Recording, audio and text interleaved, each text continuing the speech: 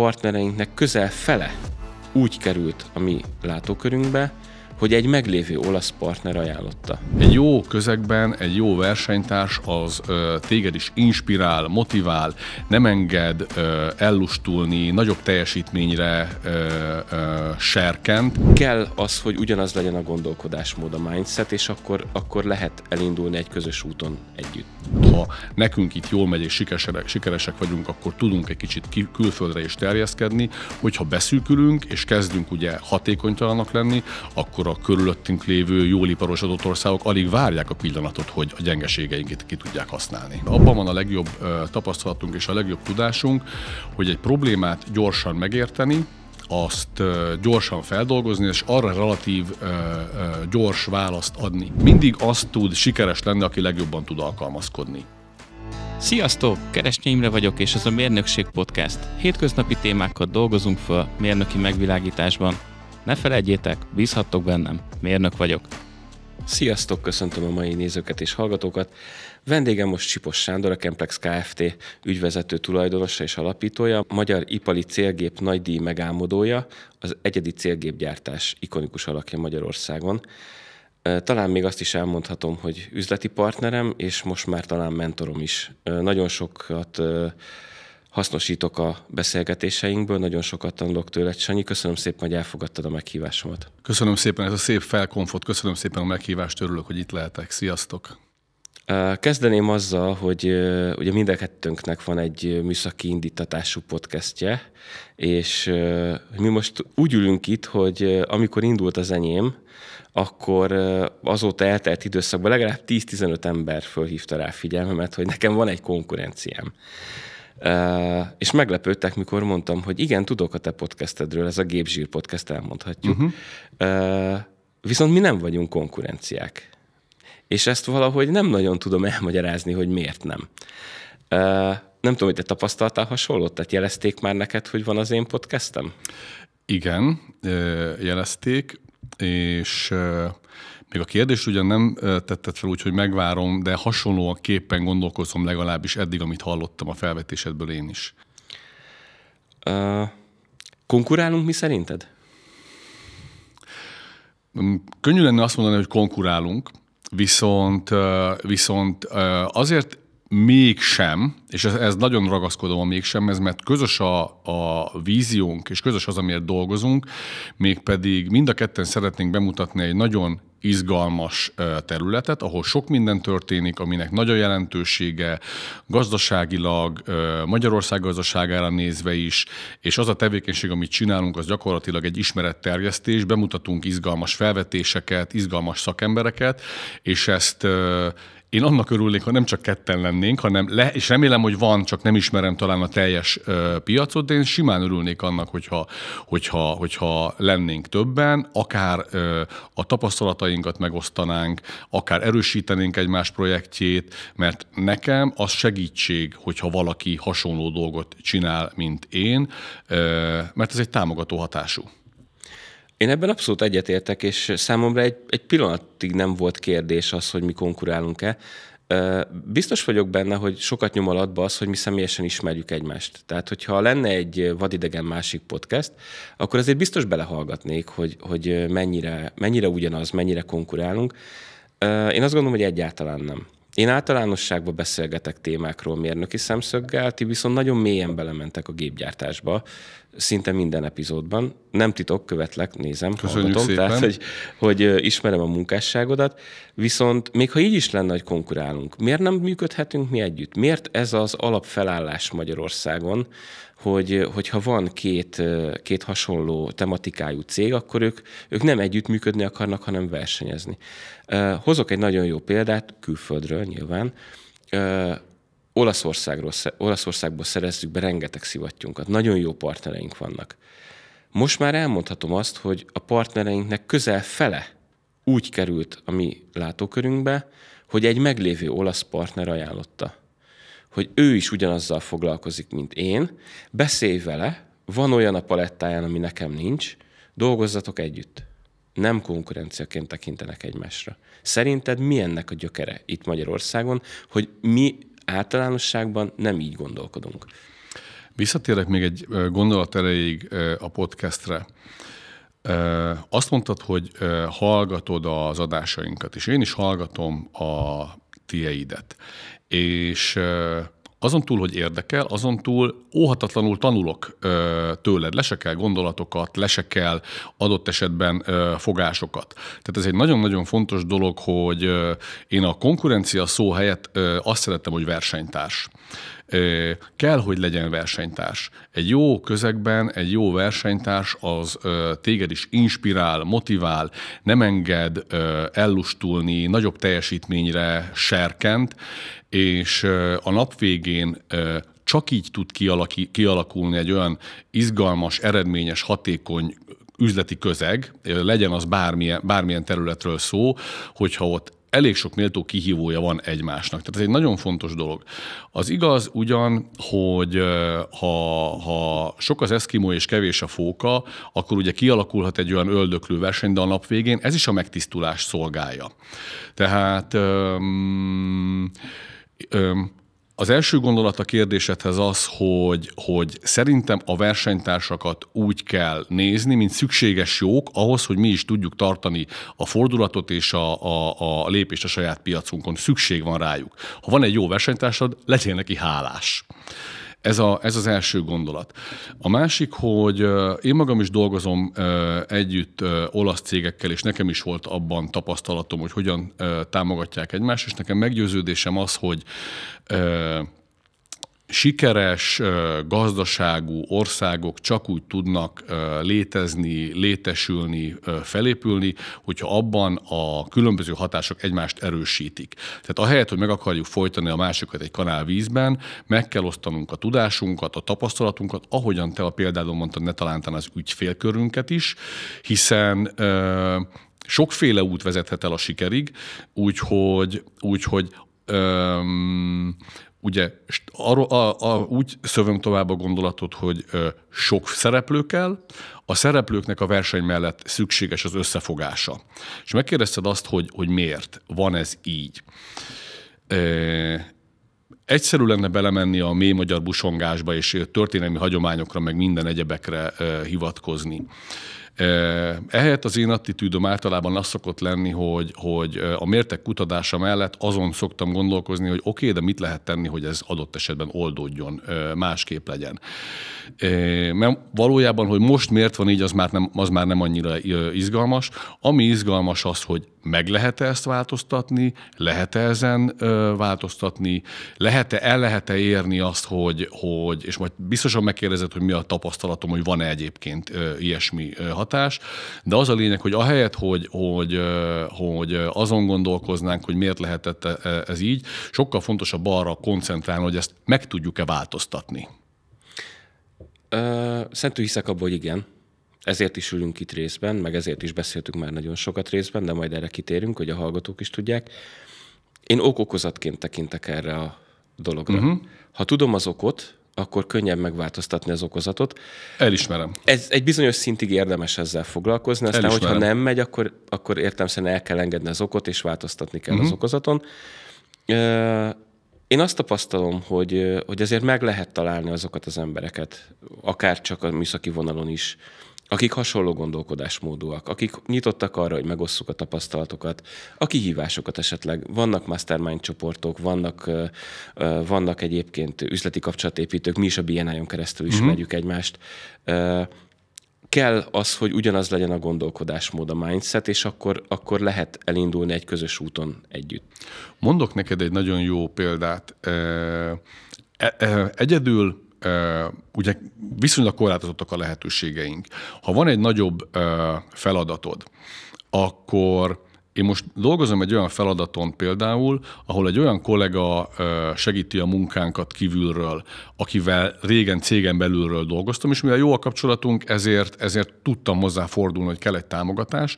Konkurencia harcban, vagy hát versenyben nyertük el ezt a munkát. Ahogy elnyertük a munkát, a versenytársunk jelentkezett, hogy tudnánk-e kooperálni, És most egyébként pont a mai napon újra beszéltünk, és mondta, hogy egyébként akár a terveinket is szívesen átnézi, és segít abban, hogyha vannak benne buktatók, azokat kerüljük el. És ugye mondtad, hogy vannak olyanok a piacon, akik megosztják, vagy osztják ezt a nézőpontot, és én azt akarom mondani, hogy hasonló a hasonlót vonz, és ha te is hiszel abban, én is hiszek abban, akkor körülöttünk legalább, és ez a buborék tud nőni, kialakul egy buborék, ami már cáfolja azt, amiről kezdtünk el beszélni, és én magam is így szoktam egyébként működni. Nagyon sok olyan üzleti kapcsolatom, aktív üzleti kapcsolatom van, ami lehetne verseny alapú, ehelyett azonban támogatás alapú. Érdekes, amit így megkapargattál felszínt, mert azért nagyon sokszor ez így szokott működni. Azért ezt te is tapasztaltad, akár csak a célgépgyártásban, de egy kicsit bővítjük így ezt a szegmenst, hogy azért van egyfajta berendezkedés a többszintű alvállalkozói rendszerben az, hogy már a kellően alacsony szinten megversenyeztetik egymással a cégeket, majd utána így is úgy is együtt fogják megcsinálni. Így van. Tehát, hogy valamilyen szinten azért kényszerben is működik ez a dolog, de ezt így mindenki megszokta, hogy versenyezzünk egymással. Nekem van egy álomképem, fixa ideám, és a végén szerettem volna eljutni idáig, de aztán majd tekerjük egy kicsit a fonalat, hogy nagyon sok mindent lehetne hatékonyságban növelni, nagyon sok mindent lehetne költségcsökkentésben elérni, hogyha lenne egy drasztikusabb összefogás. Tehát, hogy ezeket a szinteket, és szerintem most nyílik a bicska bizonyos cégeknek a zsebében, bizonyos szinteket abszolút ki lehet iktatni azzal, hogy a legalsóbb szinteken lévők összefognak, és az ő összefogásuk helyettesíti a felső szintet, 1-el fölöttük, vagy akár 2-vel fölöttük. Azért generál kivitelezés szintig nagyon nehéz eljutni, tehát hogy ez még az én életemben sem valószínűleg meg fog valósulni. Viszont lehet a hasznot egy szinten lejjebbre vinni azzal, hogy egy szintet kihagyunk a dologból. Ez egy nagyon egyszerű, mondhatni józanparaszti ésszel fölvázolt logika. Én mégsem azt tapasztalom. Tehát nagyon gyerekcipőben jár. Hál' Istennek vannak cégek, vannak vezetők, akikben ez igényszinten felmerül. Mégis azt érzem, hogy gyerekcipőben jár az a rész, hogy akkor tegyünk is érte. Hát ez vagy ki fogja kényszeríteni majd a folyamatosan változó világ, vagy nem. Ha nem fogja kikényszeríteni, akkor valószínűleg ennek egy beszűkülés lesz majd a következménye legalábbis a mi iparágunkban. Alapvetően mindig az a előremutató és sikeres együttműködés, ami összesen tud egy növekedést előidézni, és egymásnak a lemészárlása az általában nem ilyen szokott lenni. Hát igen, azért az élni és élni hagyni egy sokkal magasztosabb elv, meg sokkal inkább tudom magamévá tenni. Viszont nem tudom, hogy te tapasztaltál ilyet, kíváncsi vagyok. Azért sokkal többet tapasztaltál, mint én, már csak a korkülönbségből adódóan is. De főleg az elmúlt években, ugye Covid után recesszió, kisebb a torta, nagyobb a verseny, ezt nem mondtam vele újdonságot szerintem senkinek, viszont felszínre kerültek olyan dolgok, olyan nézetek, hogy a versenyben is próbálták egymást kizárni bizonyos versenytársak. Nem akarom a konkrét projektet elmondani, az egyik legnagyobb projekt volt az elmúlt egy évben, itt a környékben, és volt konkrétan, tudok róla, hogy elmondta a beszerzési vezető, hogy valaki nem ad ajánlatot, hogyha tőlünk kérnek. És mondtam neki, hogy Léci, mondd meg, hogy mi erre a helyes reakció, mert hogy én nem találom a szavakat. Tehát, hogy egyrészt nem vagyunk olyan nagyok, hogy bárki velünk ne akarjon versenyezni, másrészt meg én ezt nem felfoghatatlannak tartom. Tehát, hogy a farok csóválja a kutyát? Vagy csak ezt én látom ennyire durván kontraproduktívnak? Visszautalok arra, honnan építkezzük ezeket a gondolatokat, hogy a sokszínűség, a támogató attitűd az, ami fontos, és mindig van az, ami ennek ellent megy. Az a kérdés, hogy bizonyos idővel melyik tud felülkerekedni.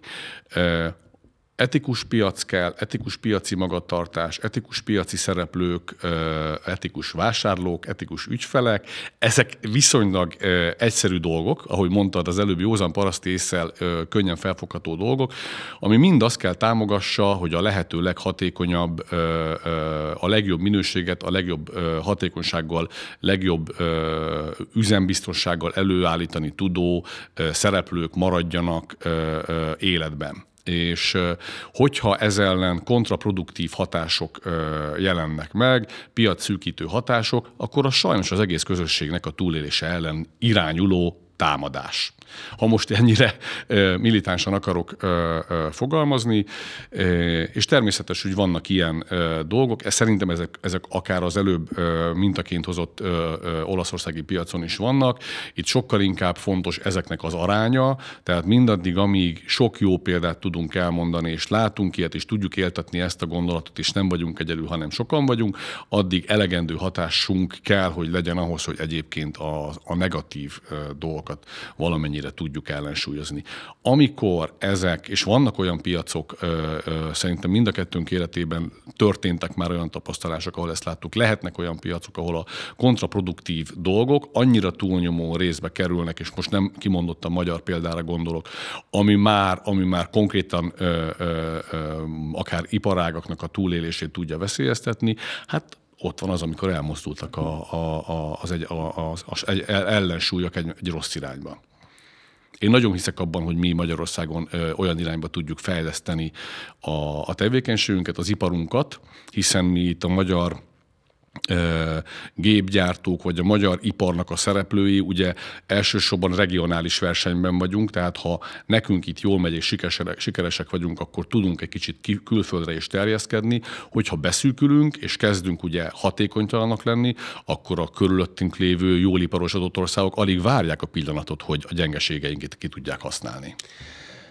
Erre is tudnék példát mondani egyébként, és ez egy fő motivációja annak, hogy ezt az összefogást én próbálom erősíteni.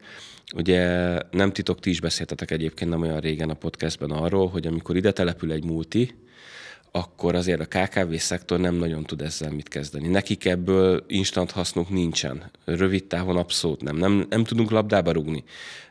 Van egy minimum küszöb, amitől kezdve ők esetleg erről hajlandóak tárgyalni, viszont ha 8-10 KKV összefog, akkor abszolút küszöbérték fölött van, tehát hogy nagyon sok pozitív lehetőség lenne, és csak azért mondom, ahogy említetted, hogy azért ezt ki is használják a gyengeségeinket, és ez egy nagyon nagy gyengeség, hogy a magyar KKV-szektor az nagy részben inkább K, mint kávé, tehát nagyon kis vállalkozások alkotják, és nagyon nehéz így érvényesülni, és gyakorlatilag óhatatlanul egy versenybe kerülünk bele. A célgépgyártást ugye mi kiszolgáljuk. Hogyha olyan a célgép, ami folyadékot, valamit csinál a folyadékkal, akkor ahhoz kell szivattyú, szelepek, stb. Mi tudunk kapcsolódni, nem csak veled, más gépgyártókkal is. Ez a piac nagyon durván beszűkült az elmúlt 2 évben. Én azt látom, a beruházások visszaesése az nagyon, nagyon drasztikus bevételkiesést jelent. Ugye ilyenkor az ember próbál hatékonyan működni, ami van megrendelése, azt a lehető legnagyobb hatékonysággal próbálja megvalósítani, minden nagyobb profitot próbáljon realizálni abból a kevésből. Ez a hatékonyságnövelés, te mit látsz, hogy ez hol tart? Tehát, hogy azért a magyar célgépgyártás egy elég magas színvonalat képviselt, én úgy gondolom. Nagyon nehéz hatékonyságot műszaki vonalról megtalálni, mert hogy azért is vagyunk elismertek itt Magyarországon a mérnöki szakma, mert hogy nagyon magas színvonalú, ez a gépgyártásban is megjelenik. Miben tud egy célgépgyártó hatékonyságot növelni? Tud-e egyáltalán? Ha elhelyezném valahol a hazai piacnak az erősségét, akkor az talán még mindig az lenne, és lehet, hogy ez mindig is így marad, hogy abban vannak a legjobb abban van a legjobb tapasztalatunk és a legjobb tudásunk, hogy egy problémát gyorsan megérteni, azt gyorsan feldolgozni, és arra relatív gyors választ adni. Nemrég voltam A Battery Week-en, az Magyar Akkumulátoripari Szövetségnek a rendezvényén, ez egy 3 napos rendezvény volt, ahol az volt a nemzetközi példa, hogy míg egy-egy kihíváshoz adott esetben egy nyugat-európai gépgyártó úgy áll hozzá, hogy gyárt egy prototípust, és megnézi, hogy az jó-e, utána gyárt egy második darabot, amit már odaad az ügyfélnek, és utána legyártja bemutatóra, és legyártja a harmadikat, és akkor ez a munkadarab, vagy ez a gép, és természetesen mind a 3-at el akarja adni, magyarul nagyon magas árat ad, és nagyon nagy biztonságra törekszik, addig a hazai gépgyártók, főleg ahhoz vannak szocializálva, nem kizárólagosan természetesen. Itt nincsenek ultraigazságok, amik olyanok, hogy nem cáfolhatók meg, tehát inkább egy volumenről beszélek, ami jellemző, hogy úgy gyártunk egyedieket, hogy azoknak már azonnal működés közben kell bizonyítani. Ez egy képesség, ez egy tudás, ez egy gyors, dinamikus magatartást tesz szükségessé. Ebben szerintem jók vagyunk. Nem akarom azt mondani, hogy még mindig jó a műszaki képzés, mert remélem, hogy mindig is jó marad a műszaki képzés, és ez is vitatható. De én beszéltem a saját podcastemben is olyan szakemberekkel, akik emellett törtek lándzsát. De volt ugyanolyan beszélgető partnerünk, aki azt mondta, hogy bár szerintem már nem olyan jó, viszont ők nagyon jó belső képzési anyagot tudtak hozzátenni, és ezáltal gyorsan fel tudják húzni, mert az alapok viszont jók. Tehát szerintem itt az erősségünk az, hogy van egy tudás mennyiség, amit bele tudunk tenni a műszaki embereknek a fejébe, van egy attitűd, amit ki tudunk használni, ez kockázatvállalás, magatartás, problémamegoldó képesség, és egyébként jellemzően én azt látom, hogy nem ismerek olyan szereplőt, aki biztosan van, de aki romokat hagy maga után. Tehát addig csináljuk, amíg jó nem lesz. Én is nyúltam már mellé, az én csapatom is nyúlt már mellé, és oda kell akkor is állni, és csinálni kell, miközben adott esetben, hogyha egy távoli országból jön ide egy célgép, és annak van valamilyen nyűgje, akkor nem biztos, hogy mellé áll az elkövetője, és azt mondja, hogy akkor én most erre áldozok egy csomó pénzt. Én azt gondolom, hogy ezt itt ki lehet jelenteni, hogy jellemzően ez is benne van a kultúránkban, hogy ha hibázunk, akkor odaállunk és megcsináljuk. Ez kétségtelen, sőt, igazából ez egy belépési pont a multiknál, az ide települő multiknál. Én azt tapasztalom, hogy amikor letelepítik a valahonnan hozott sorokat, elkezdik üzemeltetni, az első percben ugye jellemzően nem lehet azt mondani, hogy ez nem úgy működik, ahogy kellene. Kicsivel később viszont megnyílnak a fejlesztési lehetőségek, jönnek az ötletek, a KPI-ok nem úgy teljesülnek, bizonyos okoknál fogva, és akkor nyílnak azok a kapuk, ahol jöhet a magyar szaktudás, és már meglévő rendszer mellé kell odállni, ami nem a sajátod, de a feladat gyakorlatilag ugyanaz, hogy van egy meglévő gép, vagy egy gépsor, ami nem úgy működik, ahogy kell, adunk egy célértéket, valamilyen KPI-t, és akkor tessék fejleszteni. Ez így van. És elég sok olyan régi berendezés dolgozik az iparban, aminek egyébként még van, amiben van még tartalék, amiben még lehet mit kezdeni. Azt gondolom, hogy ezeknek a felújítása, ami amúgy nyilván nem ugyanaz, mint ha építeni egy ultramodern gépet, de ebben nem olyan jók a képességeink, azonban a kicsit levitézlett eszközöknek a felújítása és annak a újra használatba adása, az megint egy olyan erősség, amire idehaza van képesség. Ezt hívták régen sufni tuningnak. Hívhatjuk ezt most is sufni tuningnak, de ha nagyban csinálod, és adsz még a gépnek termelési kapacitást, termelési képességet, akkor ez tud lenni ennél sokkal több. Én kimondottan arra gondoltam most, amikor nem egy csavarhúzóval megyünk megjavítani egy présgépet. Természetesen én is arra gondoltam, tehát a sufni tuning a szó jó értelmében. Tehát azért úgy nőttünk fel még mi is, hogy a szüleinktől azt láttuk, hogy ezt megjavítjuk, megértjük a működését, belenyúlunk itt-ott. Azért említetted a képzést, nem mennék bele, hogy jó vagy nem jó, viszont nagyon elméleti irányba ment el. Már az én képzésem is teszem hozzá, inkább elméleti jellegű volt, tehát sokkal nagyobb volt a mellény, amivel kijöttem a főiskoláról, mint a mögötte lévő tudás. azért ezt legombolták rólunk elég gyorsan a szakemberek, akik utána ezt a képzést folytatták, befejezték, de kell hozzá egy alapanyag, aki nyitott erre, hogy ő elfogadja azt, akárhogy nagyobb a mellény, vagy elfogadja azt, hogy az ő tudása még most sem elég. És ő akar tovább tanulni, akar gyakorlatot tanulni, meg akarja ismerni, hogy működik. Azért teljesen más egy géptervezés, egy gépgyártás, és utána a prototípusnak a gyerekbetegségeinek a kijavítása, mint mondjuk egy youtuberkedés. Mit tapasztalsz? Nekem vesszőparipám a generációk különbségek. Hogy látod az Y, sőt inkább azt mondom most már Z generációt, mennyire nyitottak erre a szakmára, és mennyire lehet őket integrálni a munkakörnyezetbe? Ugye van egy projektünk a Felkonban, említetted a Magyar Ipari Célgép Nagydíjat.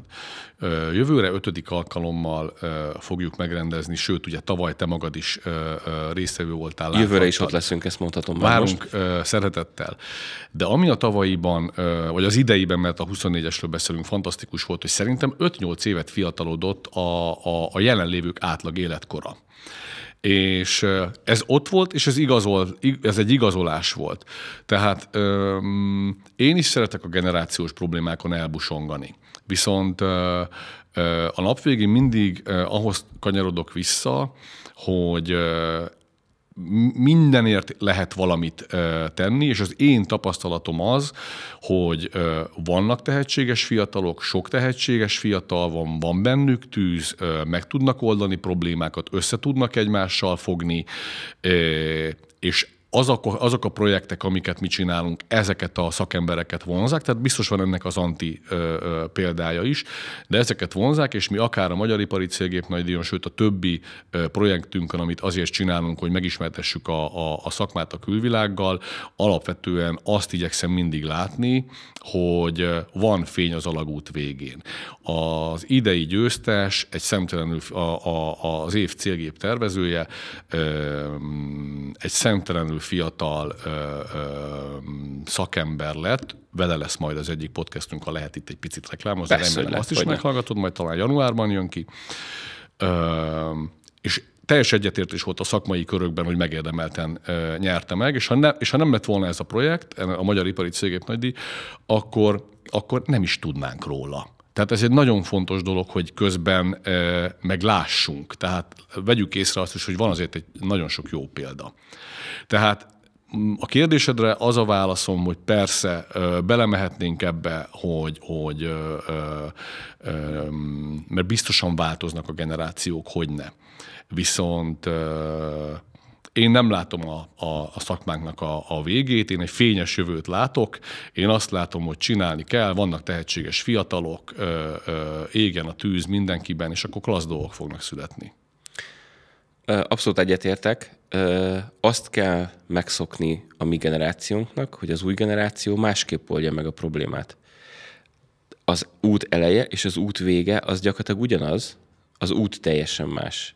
És hogyha valaki mindenképpen ahhoz ragaszkodik, hogy együtt menjünk az úton, biztos, hogy nem fog menni. Tehát ez felesleges energiakidobás, mert nem tudunk együtt menni. Ők repülnek, mi autópályán megyünk. Most egy példa. Viszont, hogyha tudnánk együtt gondolkodni, és elfogadnánk azt, hogy nem mindenki ugyanazt az utat járja be, akkor én azt gondolom, hogy ehhez az összefogáshoz, amiről az előbb beszéltünk, sokkal gyorsabban és sokkal egyszerűbben el tudnánk jutni. És nem tudom, hogy te hogy látod, azért a magyar piac viszonylag szűk. Nem számítok arra, hogy a közeljövőben lesz egy nagy Kánaán vagy egy nagy bővülés a magyar iparban. Nem szeretnék politizálni, nem emiatt, inkább gazdasági okokból. Tehát amit lehet, kimaxoltunk, amit nem, azt meg lenulláztunk. Tehát, hogy nagyon, nagyon nincs mozgásterünk, én azt gondolom.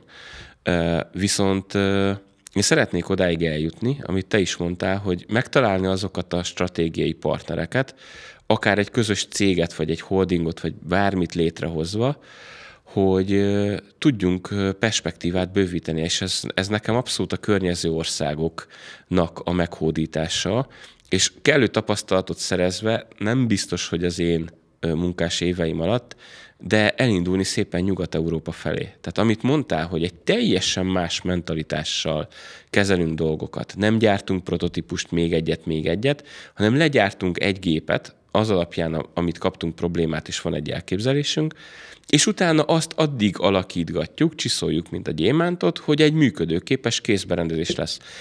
Tuti biztos, hogy ez sokkal költséghatékonyabb. Még azt is el tudom képzelni, hogy ha mondjuk egy fenntarthatóságot, egy hulladékcsökkentést, egyéb más szempontokat is figyelembe veszünk, még a nyugat-európai megrendelőnek még akár szimpatikusabb is lehet ez a vonal. Szerinted meddig lehet eljutni? Mi ennek a csúcspontja, ha ez elindul, ez a fajta együttműködés? Én azt gondolom, hogy sokféle szinergiát kell idehaza is kialakítani. Az nekünk mindig valószínűleg egy versenyelőnyünk marad, hogy a működési költségek alacsonyabban tarthatóak. Ezt lehet fölfele emelni, és valószínűleg kell is, viszont a hazai iparnak és a környező országok iparának a versenyképességének egy fontos eleme.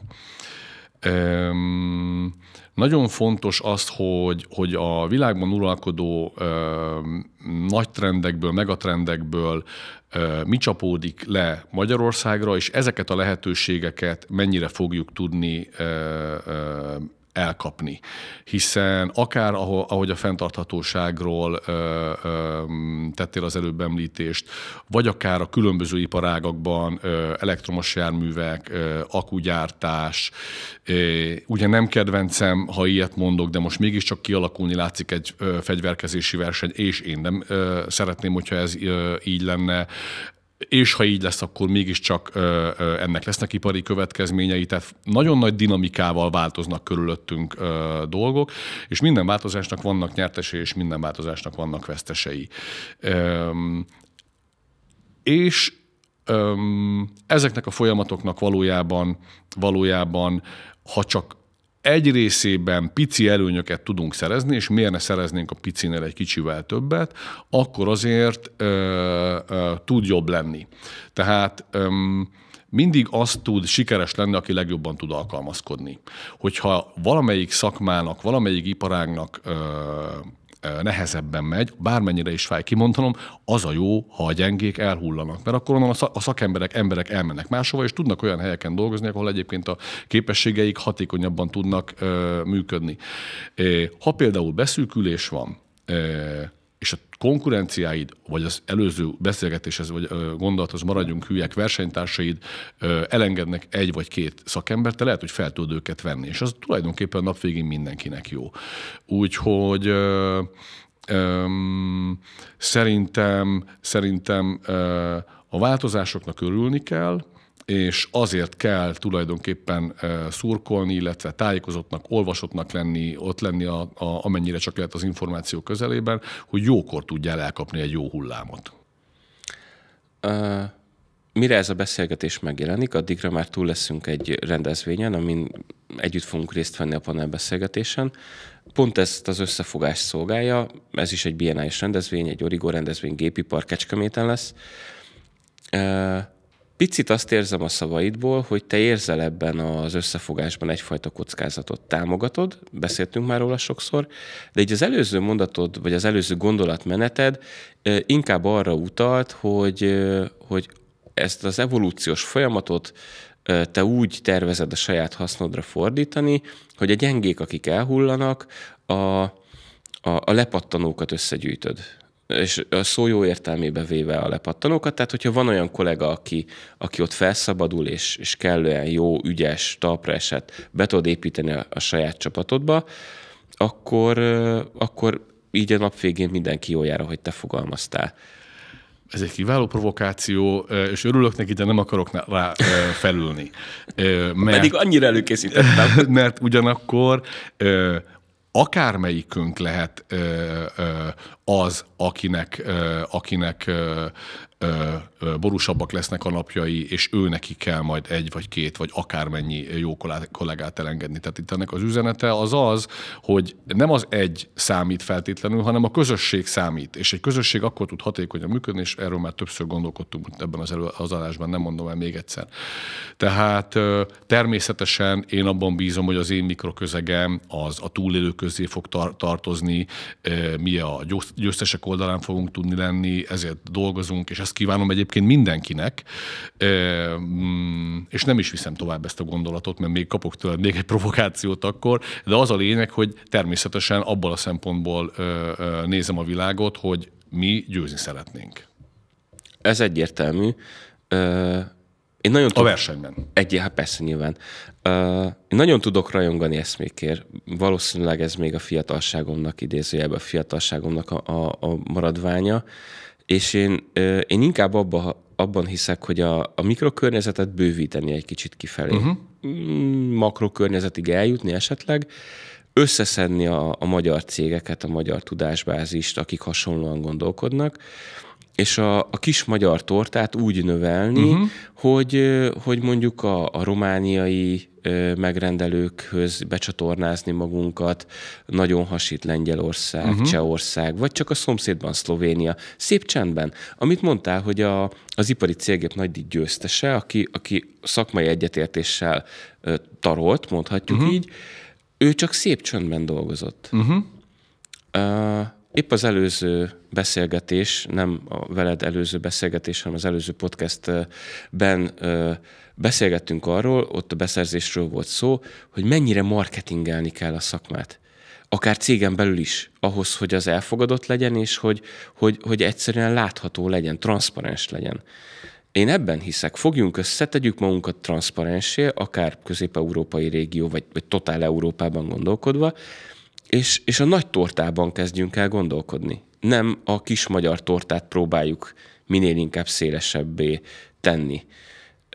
Föl tudsz csatlakozni erre az eszmére, vagy te inkább mást képviselsz? Én szeretem hinni, hogy a idealizmus az nem múlik el a korral, tehát szerintem az nagyon jó dolog, hogyha az embernek vannak ideái. Ha valami pozitív, akkor az nekem szimpatikus. Tehát nekem teljesen mindegy, hogy az én gondolataim győzedelmeskednek, vagy a tieid. Az a lényeg, hogy ahogy mondtam, a közösség tudjon haladni. Nekünk, hazai gépgyártóknak és az összes kiszolgáló iparágnak körülöttünk, az a jó, hogyha mindenkinek jól megy. És persze, kell, hogy terjeszkedjünk. Nyilvánvaló a leghatékonyabb terjeszkedés az a környező országoknak a piaca. És itt van abban jelentőség, amire utaltam, hogy el tudunk-e kapni időben olyan iparágakat, aminek a piaca nő. Mert ugye, ha szűkül egy iparágnak a piaca, akkor arra nem jó már tenni. Tehát a változásokban azokat a pontokat kell megfogni, ami egy növekvő piac, arra kell gyorsan ráállni, és ott tudsz területet foglalni. Hiszen a környező országban mindenki foggal körömmel ragaszkodik a saját piacához, mi is ezt tesszük. Úgyhogy én azt gondolom, hogy a mi ideánk az nem ellentmond egymásnak, hanem inkább egy más nézőpontból tekint ugyanarra. És én nem is akarom ezt így versenyeztetni egymással. Az biztos, hogy közös bennünk, hogy mind a ketten arra azért dolgozunk, hogy a közösségünk, aminek a tagjai vagyunk, gyarapodjon. Abszolút, és talán ez jó zárszó is. Mondtam már neked nagyon sokat, hogy azért szeretek veled beszélgetni, mert te is az a típusú ember vagy, aki el tudja fogadni a másik véleményét. Tehát nem az összes beszélgetésünk úgy zajlik, hogy nekem van egy gondolatom, meg neked van egy gondolatod, aminek vannak közös részei, átfedések, meg vannak eltérő részei, és mindig úgy állunk fel az asztaltól, hogy nagyon kellemes beszélgetés volt, nagyon konstruktív beszélgetés volt. Én bízom benne, hogy a hallgatók is így értékelik ezt a mostani beszélgetést, és bízom abban is, hogy ez az összefogás, illetve ez az összefogás igény részünkről ez partnerekre talál. Hol találnak meg téged, akár az ipari célgép nagydíjjal, akár ezzel az összefogással kapcsolatban? Ugye A gépedvanhozzá.hu az a weboldal, ahol az elmúlt 4 évnek a terméseit, a célgépeit összegyűjtjük, és ott vannak a díjazottak is. Tehát ha valaki ellátogat a gépedvanhozzá.hu-ra, ami egyébként vegytisztán arról szól, amit itt beszélgettünk, hogy érdek nélkül mutassuk be az iparágunknak a szereplőit. Azt szerintem egy nagyon színes katalógus. Ugye én magam vegyipari, élelmiszeripari, gyógyszeripari, folyadék és porkeverőgépeket gyártok, ennek a kis katalógusa a cégünk weboldalán, a www.chemplex.hu van rajta, és hát az összes közösségi médián hozzád hasonlóan mi is igyekszünk kommunikálni, úgyhogy bízom benne, hogy könnyű bennünket megtalálni, hogyha valaki kíváncsi további részletekre. És mostantól a Mérnökség podcasten is lehet velünk majd találkozni. Abszolút, bízom benne, hogy lesznek érdeklődők, engem pedig ugyanúgy LinkedIn-en találtok meg, nyugodtan írjatok rám, én olvasom, én válaszolok. Ha szivattyús... Abszolút így van, én nem szeretem kiadni, és nem akarok senki ellen beszélni, de nekem a közösségi média az én vagyok. Tehát, hogy megértem bizonyos követőszám, illetve bizonyos nézettség, ismertség után, hogy valaki átadja az oldalát, én nem tartok ott, nem is szeretnék ott tartani, nem influencerként tekintek magamra. Mi is magunknak csináljuk természetesen. Így van, és ha valakinek van egy jó szivattyús kérdése, teszteljen le, imádom az ilyen feladatokat, amikor gondolkodni kell. Csak ne szívass meg bennünket. Abszolút, nem. Fluidtech. Ha nem te akarsz szívni, Fluidtech. Így van, pontosan. Köszi szépen, Sanyi, örültem a beszélgetésre. Köszönöm, Imre, jó volt itt lenni. Sziasztok! Sziasztok!